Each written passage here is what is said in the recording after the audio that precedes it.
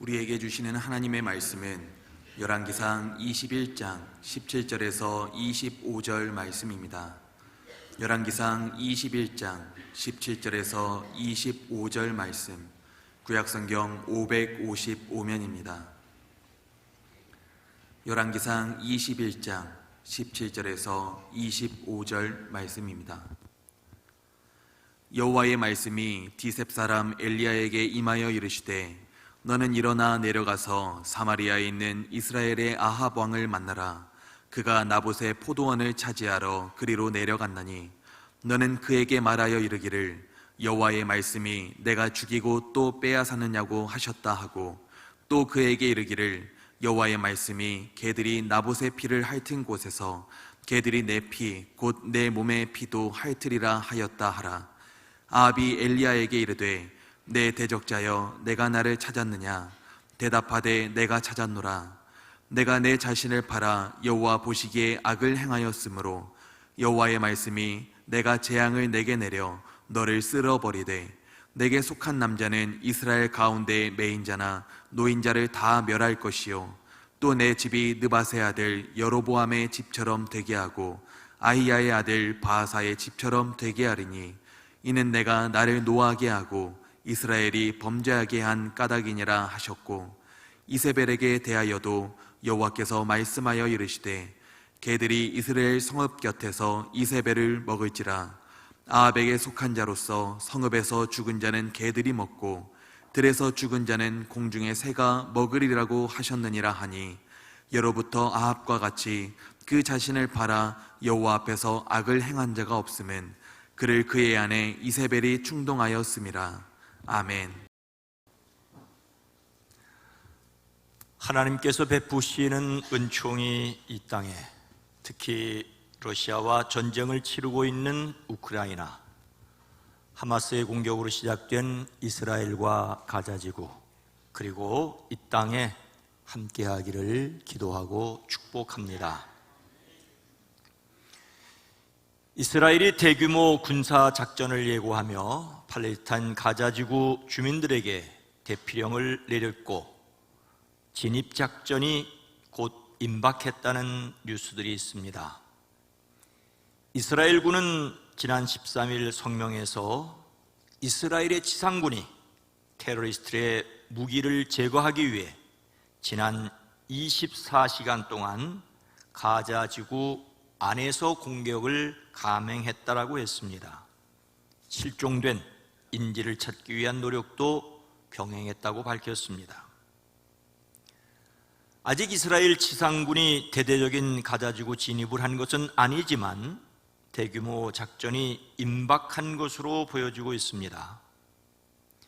앞서서 이스라엘은 가자지구 북쪽에 있는 주민 약 110만 명에게 24시간 내에 남쪽으로 대피하라고 경고를 해서 지상군 투입이 임박했다는 관측이 나왔습니다. 하지만 이런 대피는 사실상 불가능한 일로 여겨지지요. 카타르를 방문한 토니 브랭컨 미 국무장관은 언론 브리핑에서 이렇게 말합니다. 우리는 이스라엘에 민간인 피해를 막기 위한 가능한 모든 사전 조치를 취하라고 촉구하고 있다. 가자지구 안에 있는 그 팔레스타인 가족들은 자기 잘못이 아닌데도 고통을 받고 민간인들이 목숨을 잃는다는 것을 인식하고 있다라고 말을 했습니다. 이스라엘의 전폭적인 지지를 밝힌 미국이지만 바이든 대통령도 이 가자 지구에 대한 인도적 지원이 필요하다고, 또 그곳에 살고 있는 사람들이 하마스나 하마스의 공격과는 무관하고 그들도 결과적으로는 고통을 받고 있다는 사실을 놓쳐서는 안 된다라고 지적을 하고 있습니다. 이렇게 민간인의 피해를 막아야 한다는 말은 하지만 전쟁에서 무장하지 않은 민간인이 피해를 볼 것은 불을 보는 것처럼 분명합니다. 지난 7일 기습적으로 시작된 하마스의 공격으로 대부분 이스라엘의 민간인이 희생이 되었습니다. 이스라엘의 한 기부처 안에서는 목이 잘린 시신을 포함해 40여 구의 영유아 시신이 발견됐다는 주장도 있었습니다. 이스라엘에서 최소한 1,300명이 숨졌고 가자 지구에서도 1,500명이 숨졌는데 이 중에서 3분의 1이 어린이라고 팔레스타인 보건부는 전하고 있습니다. 이스라엘군의 가자 지구 봉쇄로 음식, 물, 전기, 연료 부족으로 주민들이 고통을 받고 있습니다. 이스라엘은 공격을 하겠다는데, 그러니 피하라는데 하마스 당국은 주민들에게 피하지 말라고 하니 주민들은 어떻게 해야 할까요? 미국이 이스라엘을 비롯한 이집트, 요르단 국가들과 또 유엔을 통해서 직접 소통하면서 인도적인 문제에 대처 방안을 논의하고 있다고는 하지만 과연 방법이 있을까 싶습니다. 그래서 그 땅을 위한 우리의 기도는 계속되어야 합니다. 평화의 길이 멀고 험해도 함께 살아야 하기 때문이지요. 이 땅을 위해서, 이 세계를 위해서 기도하는 사람들 되어지기를 주의 이름으로 부탁을 드립니다. 오늘 말씀은 갈멜산에서 엘리야와 우상 숭배자들의 대결이 있고 한참 후의 이야기입니다. 바알이 하나님이 아니라 여호와가 하나님이시라고 하는 신앙을 가진다는 것은 매우 중요합니다. 우리에게 있어서 십자가를 지셨으나 부활하신 예수님을 그리스도로 믿는 것은 더 말할 나위 없이 중요합니다. 하지만 이런 신앙이 만병통치약은 아닙니다. 오해 없으시기 바랍니다. 갈멜산에서 엄청난 승리를 거둔 엘리야였지만 왕비 이세벨이 죽이려 하자 남쪽 호렙산으로 멀리 도망쳐 하나님께 죽여주시기를 구했던 엘리야가 아닙니까? 엘리야라는 인간이 영웅이 아니라고 성경은 분명히 말씀하고 있습니다. 엘리야는 호렙산에서 새로운 사명으로 엘리사를 후계자로 세우라는 말씀을 듣고 다시 북이스라엘로 돌아왔습니다. 바로 그때 아합의 북이스라엘은 엄청난 위기 속에 있었습니다.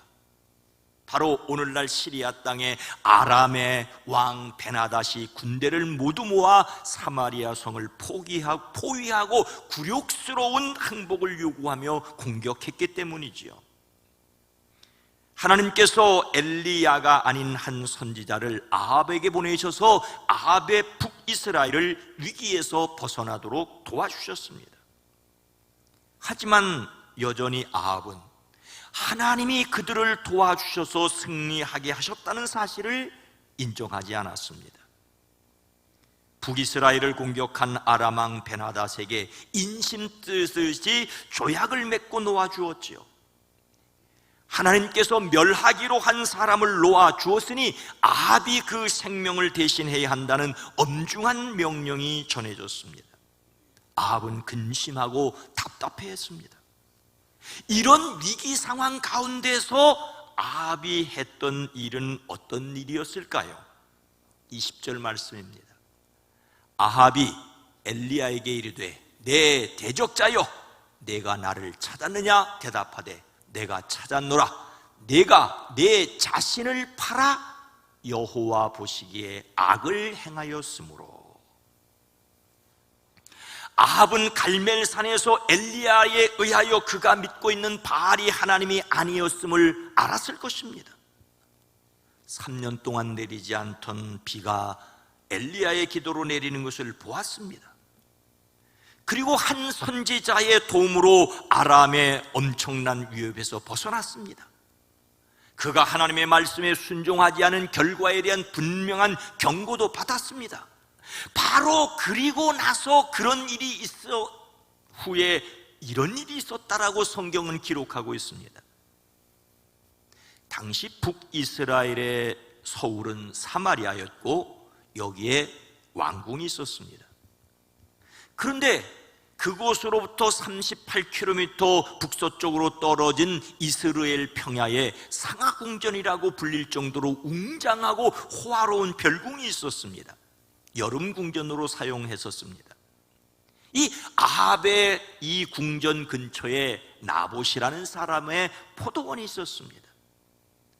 아합 왕이 나봇에게 말하지요. 그대의 포도원이 나의 궁 가까이 있으니 나에게 넘기도록 하시오. 나는 그것을 정원으로 만들려고 하오. 내가 그것 대신에 더 좋은 포도원을 하나 주겠소. 그대가 원한다면 그 값을 돈으로 계산하여 줄 수 있어. 그런데 나봇이 왕의 요구를 거절합니다. 제가 조상의 유산을 임금님께 드리는 것은 하나님께서 금하신 일입니다. 조상에게서 물려받은 땅을 팔지 말라는 율법에 따라서 팔 수 없다는 것입니다. 아합은 몹시 마음이 상했습니다. 하지만 화를 내며 자신의 궁으로 돌아가서는 침대에 누워 음식을 먹지 않고 있었습니다.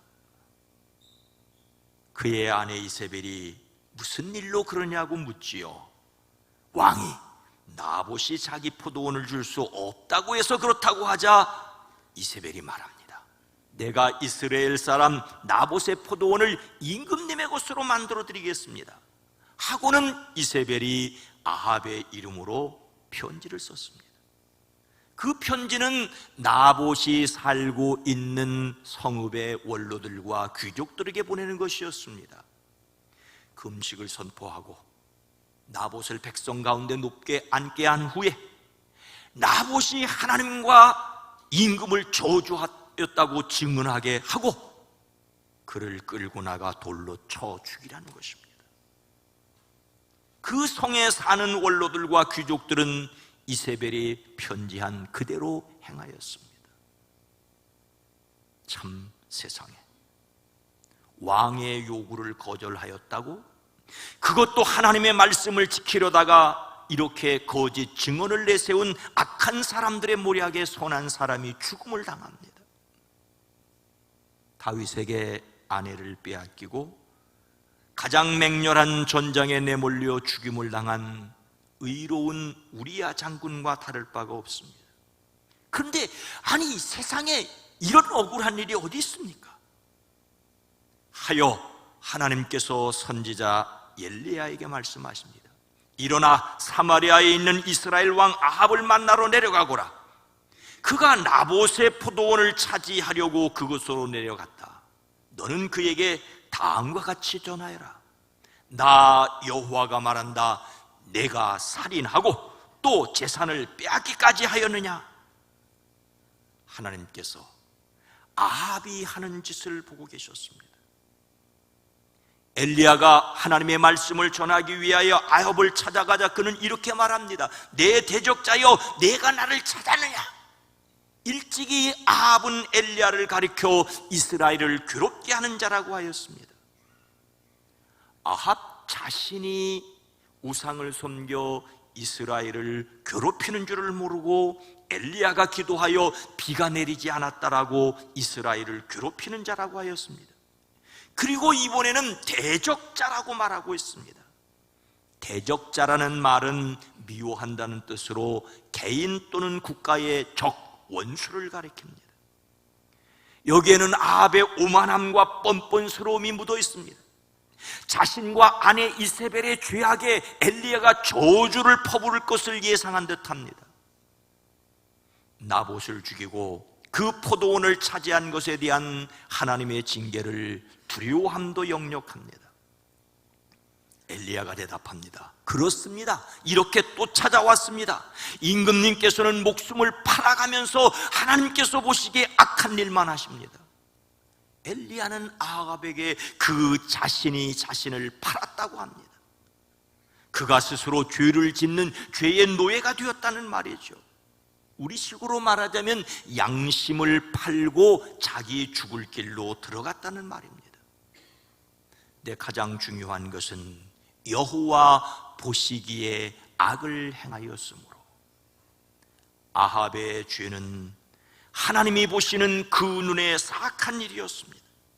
이것은 선악의 절대적인 기준이 하나님이심을 말씀하십니다. 하나님께서 보시는 그 앞에서 말씀을 지키려 한 의로운 나봇을 그가 죽이고 그의 포도원을 빼앗았다고 말씀하십니다. 하나님께서 사람의 죄악을 보십니다. 참 세상에는 억울한 일이 많습니다. 다윗에 의하여 죽은 우리아가 그렇고 이세벨에 의하여 죽은 나봇이 그렇습니다. 누군가에 의하여 치밀하게 꾸며진 계략에 말려 힘없는 사람이 죽는 것을 볼 때 제 마음속에서도 하나님 도대체 무엇하십니까? 라는 불경스러운 말이 나올 때가 있습니다. 세상 돌아가는 것을 보면서 사람들이 하는 말입니다. 놀라운 것은 하나님을 믿지 않는 사람들이 이런 말 한다는 것입니다. 하나님이 계신다면은 이럴 수 없다는 말이죠. 여기에는 하나님이 계셔서 정리해 주시기를 바라는 기대도 있을 것입니다. 하지만 성경은 하나님이 보셨다고 말씀하십니다. 하나님이 우리와 같은 두 눈을 가지셨을리 만무하지만 하나님은 사람의 죄악을 기억하셨습니다. 우리의 모든 것이 하나님의 눈 앞에 있음을 기억하는 저와 여러분이 되기를 주의 이름으로 축복합니다.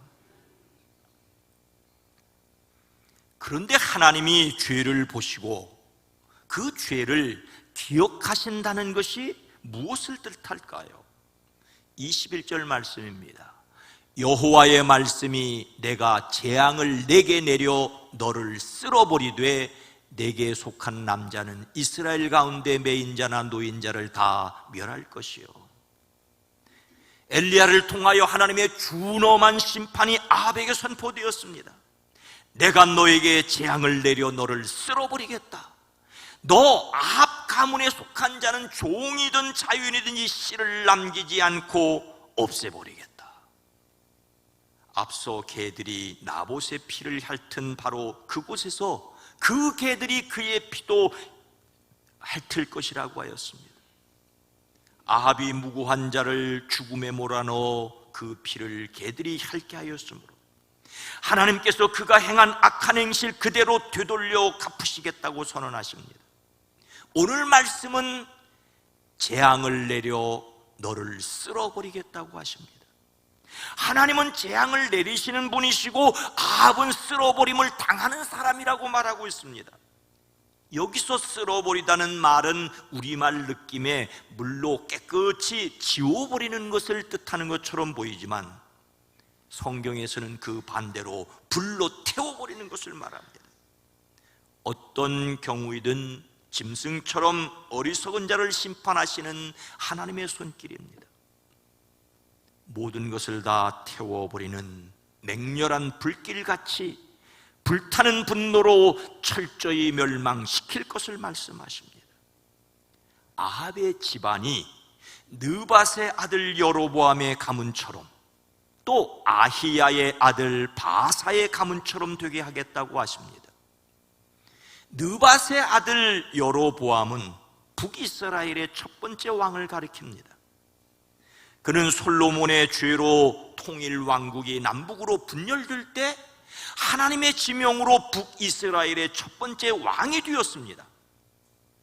그러나 그는 하나님께서 자신을 세워 왕 되게 하셨음을 끝까지 믿지 않고 금송아지를 만들고 그것이 하나님이라며 백성에게 섬기게 하였습니다. 이것은 그 이후 왕들의 죄를 이야기할 때마다 들춰졌습니다. 이런 여로보암은 왕위를 아들 나답에게 물려 주기는 하였지만 그 나답이 바사에게 암살되며 2대 만에 끝났습니다. 여로보암의 아들 나답을 암살하고 왕이 된 바사는 아들 엘라에게 왕을 물려주었지만 엘라 역시 시므리에게 암살당하며 역시 2대 만에 끝났습니다. 이렇게 비극적으로 이어진 북이스라엘 왕조처럼 아합의 왕통도 비극적으로 끝날 것이라고 말씀하십니다. 아합은 두 아들 아하시야와 여호람이 왕이 되었지만 예후의 반란으로 끝이 났습니다. 아합은 절대 권력을 추구했던 여로보암의 죄를 고스란히 닮았기 때문에 그의 인생 끝 역시 여로보암과 다를 바 없이 비참할 것임을 분명히 말씀하십니다. 다만 아내 이세벨의 꼬임에 빠져서 한 일이고 뒤늦었지만 회개함으로써 당대에서는 재앙을 면할 수 있다고 하십니다. 하지만 그의 아들들까지 그리고 이세벨까지 재앙을 피하지는 못하였습니다. 하나님께서 사람의 죄를 심판하십니다. 하나님께서 죄를 보시고 아신다는 말은 그 죄에 대한 심판을 피할 수 없다는 뜻입니다. 하나님이 일찍이 시내산에서 십계명을 주시며 우상을 섬기지 말아야 할 것을 그들에게 명령하시며 또한 이렇게 말씀하셨지요. 너희는 너희가 섬기려고 위로 하늘에 있는 것이나 아래로 땅에 있는 것이나 땅 아래 물속에 있는 어떤 것이든지 그 모양을 본떠서 우상을 만들지 못한다. 너희는 그들에게 절하거나 그것들을 섬기지 못한다.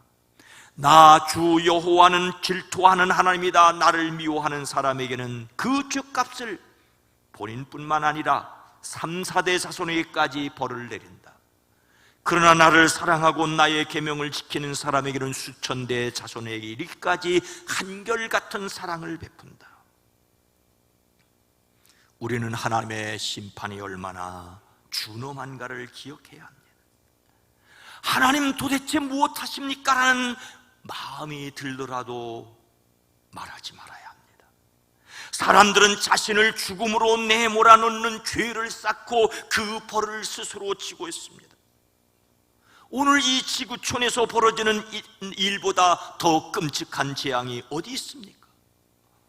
보복과 보복의 보복으로 피해 악순환을 벌이고 있습니다.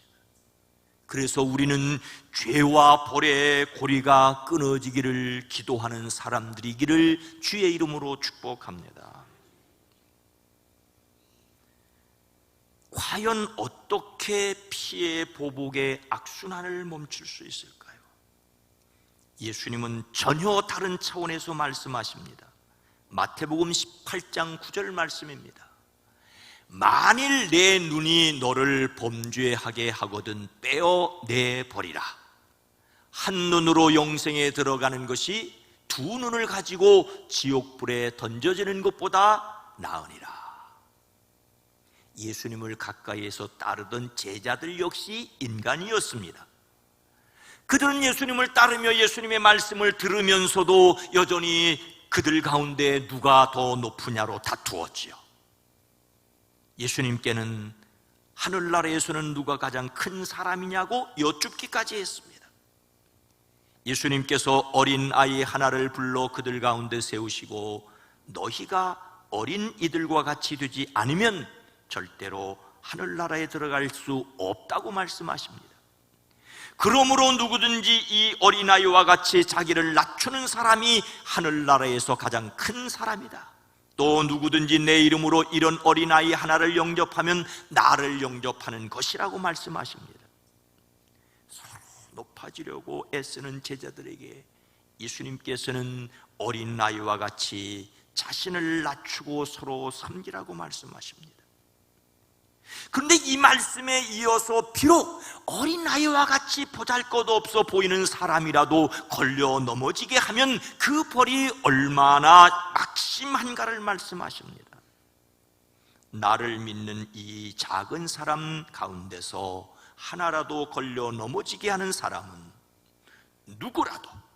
누구라도 차라리 그 목에 큰 맷돌을 달고 깊은 바다에 빠지는 편이 낫다고 하십니다.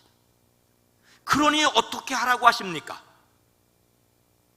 사람을 걸려 넘어지게 하는 일 때문에 세상에는 화가 있고 걸려 넘어지게 하는 일이 없을 수 없으나 걸려 넘어지게 하는 일을 일으키는 그 사람에게 화가 있으니 재앙이 있으니 어떻게 하라고 하십니까? 내 손이나 발이 너를 걸려 넘어지게 하거든 그것을 찍어서 내 버리라고 하십니다. 우리는 여기서 오해하지 말아야 합니다. 다른 사람의 눈이 아니라 자기 눈입니다. 다른 사람의 발이 아니라 자기의 발입니다. 사람들은 다른 사람의 눈을 뽑고 다른 사람의 발을 자르려고 도끼를 품고 있는데, 예수님은 제자들에게 자기 눈을 뽑고 자기 발을 자르라고 하십니다. 이렇게까지 단호하게 말씀하시는 이유가 무엇입니까? 그 이유를 두 손과 두 발을 가지고 영원한 불에 들어가는 것보다는 차라리 손이나 발이 없는 채로 생명에 들어가는 편이 낫기 때문이라고 말씀하십니다. 두 눈을 가지고 불 붙는 지옥에 들어가는 것보다는 차라리 한 눈으로 생명에 들어가는 편이 낫기 때문이라고 말씀하십니다. 영원한 나라를 바라보며 살아야 할 것을 말씀하십니다. 물론 글자 그대로 몸의 일부를 실제로 잘라버리라는 뜻은 아닙니다. 예수님께서는 다른 사람이나 자신을 죄짓게 하는 사람들이 반드시 기억해야 할 것을 충격적으로 말씀하셨습니다. 예수님은 사람들이 예수님의 이런 뜻을 마음에 두고 잊지 않도록 이렇게 강조하여 말씀하셨습니다. 예수님은 제자들이 죄를 버리고 돌아서기를 원하셨습니다. 우리는 죄악을 버리고 돌이켜야 합니다. 제가 첫 목회를 계룡산 아래 신도안에서 시작했습니다. 지금은 군사실로 바뀌어 사라졌지만 당시에는 온갖 이상한 종교가 다 있었습니다. 그래도 그 가운데 감리교회 하나와 장로교회 하나가 있었습니다. 제 첫 목회지였던 신도안 감리교회는 이단을 따라서 그 신도안 안까지 들어왔다가 뒤늦게 잘못된 것임을 알고 교회를 옮겨오신 분들이 계셨습니다. 그 중에 양도천을 추종하는 분들이 있었는데, 양도천은 신학을 하고 안수를 받은 목사였는데 소위 계시를 받아 세계 일가공회라는 교단을 창립했습니다. 그는 자신이 우리나라 정통 정도령 같은 사명을 받았다고 계룡산은 시온의 새 예루살렘이 될 것이며 우리나라는 제2의 이스라엘이 될 것이라고 주장했고, 그래서 따르는 사람들이 또한 많았습니다. 그런데 이 시간에 그를 말하는 이유는 그가 잘라버렸기 때문입니다. 그는 비록 자신이 중생을 체험하였으나 자기 자신의 내면에 명예와 무력과 그리고 이성에 사로잡혀 있어 성결의 경지에 들어가지 못한다는 것을 항상 고민했습니다. 그러다가 1952년 성적 욕구를 제거하기 위해 자신의 거시기를 거시기했습니다. 그래서 음욕을 제거했는지는 모르지만 자신을 이 땅에서 메시아, 만왕의 왕이라고 주장을 하게 됩니다. 이것이 심하게 되면서 그를 따르던 분들 가운데 이것은 아니라며 감리교로 오신 분들을 제가 직접 배웠었습니다. 사람이란 자르고 찍어낸다고 죄가 사라지는 것이 아닙니다. 손가락 자른다고 노름하는 버릇이 없어진답니까? 그러나 우리는 예수님의 말씀을 허투루 듣지 말아야 합니다. 다른 사람을 걸려 넘어지게 하는 사람이 되지 않아야 합니다. 그것이 얼마나 큰 잘못인가를 알아야 합니다. 성경은 자기의 죄를 숨기는 자는 형통하지 못하나 죄를 자복하고 버리는 자는 불쌍히 여김을 받으리라고 하십니다. 하나님께서 죄를 보시고 심판하실 것을 믿는다면 버려야 합니다. 그래야 하나님께 불쌍히 여김을 받습니다. 사랑하는 성도 여러분, 우리는 눈에는 눈으로 이에는 이로라는 섬뜩한 구호를 듣고 있습니다. 그 결과로 수많은 죽음을 보고 있습니다. 그래서 우리가 믿는 하나님까지 전쟁의 신이 아니냐라는 비난을 받고 있습니다. 이것을 기회로 종교 혐오를 조장하며 하나님께 나가는 길을 회방하는 사람들이 있습니다. 그러나 예수님께서는 분명히 말씀하십니다. 또 눈은 눈으로 이는 이로 갚으라 하였다는 것을 너희가 들었으나 나는 너희에게 이르노니 악한 자를 대적하지 말라. 누구든지 내 오른편 뺨을 치거든 왼편도 돌려대며. 이렇게 하는 것이 우리 자신의 힘으로 되지 않는다는 것을 우리는 잘 알고 있지 않습니까? 그래도 증오를 부추기고 혐오를 부채질하는 말에 속지는 말아야 합니다. 하나님이 죄악을 보실진데 하나님이 심판하실 것을 믿기에 우리는 우리가 해야 할 일을 해야 합니다.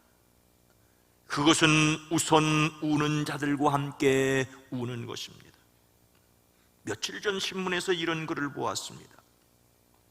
오세훈 서울시장이 강서구청장 보궐선거 결과를 언급하며 보궐선거에서 저희 당이 참패했다라며 과연 무엇으로 떠난 민심을 되돌릴 것이냐, 떠난 민심을 되돌릴 것이냐라고 하며 약자와의 동행밖에 없다라고 말을 했다는 내용이었습니다.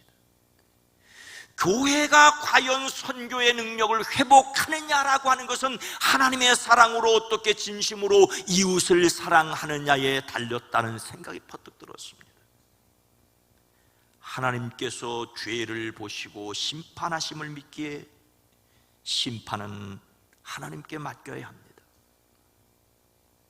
그리고 우리에게 맡겨진 사랑의 실천에 순종하는 사람들이시기를 주의 이름으로 축원합니다. 거룩하신 하나님, 자비로우신 주여, 예수를 믿는다고 하지만, 예수 믿고 구원받았다고 하지만 여전히 예수님의 눈이 아니라 율법의 눈을 가지고 증오를 부추기고 혐오를 부채질하는 일에 앞장서는 사람들은 아닙니까? 주여, 이 땅을, 이 세계를 긍휼히 여겨 주시옵소서.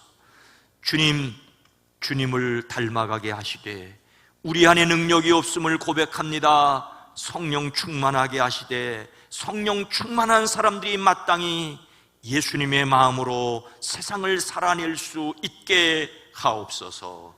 예수님의 이름으로 간절히 기도하옵나이다. 아멘.